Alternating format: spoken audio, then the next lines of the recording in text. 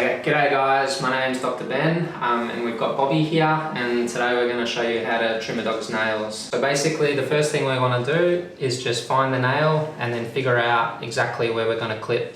There's basically two parts to our nail that we need to be aware of. The first part, fortunately, we can see in this dog is called the quick, and this is the part that carries the blood vessels and the nerve endings. So this is what we want to avoid, because this is when, if we hit that, we're going to get bleeding and it'll be painful for the dog. And this is often why we find dogs don't like nail trims, simply because someone's hit that at some point in their life and they remember. So what we're going to do is basically go for the end part, which is simply just the nail. So when we talk about positioning, basically what we want to do is line it up just beyond that quick, and then basically give a clip. And so as you can see, we've taken that off, and so we'll go again.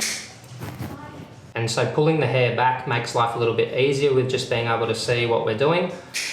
In some dogs, we'll find that these nails are black and we can't really determine exactly where that quick is. And so if that's the case and you have a dog that's like that, what we want to do is basically just take off a rough estimate, and it's better to go shorter rather than a big chunk at once, and then basically try to determine, well, how close or our best estimate with where that might be. Not all dogs are like this, and so if we've got a dog that does have nasty foot phobias or is quite stressed having their nails trimmed, then sometimes we may need to have them sedated to try and achieve our goal. So sometimes what we can find as well is when you actually clip the nail, the noise can make an animal stressed. Sometimes just the pressure of the clipper on the nail as well can make them feel somewhat uncomfortable, because it's not an experience that they're having a lot of the time. So if you've even got a dog where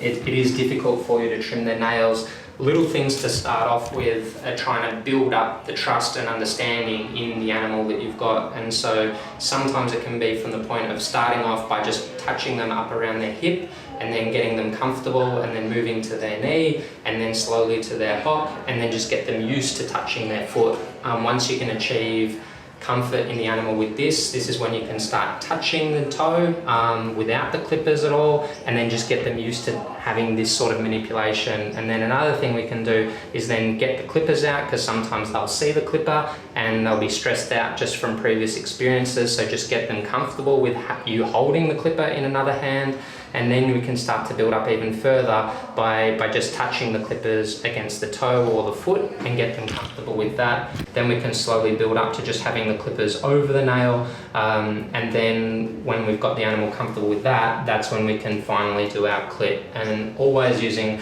lots of positive encouragement, lots of rewards, but trying to achieve this every step of the way so the animal is relaxed and is comfortable. And the other thing I guess I'll mention too is we don't have to do all of this in the one session, and so it might be, say, we're doing several days or weeks of just holding the foot, and then we're slowly introducing the clippers over sessions, then we're slowly building up to the point where we can trim a nail, and it may just be we only get one nail trim to begin with, and then we can slowly build up to doing the whole foot and the whole dog in one session. But every animal is different, and so we'll just try and gauge off their behaviour with how to go about it and what we need to do.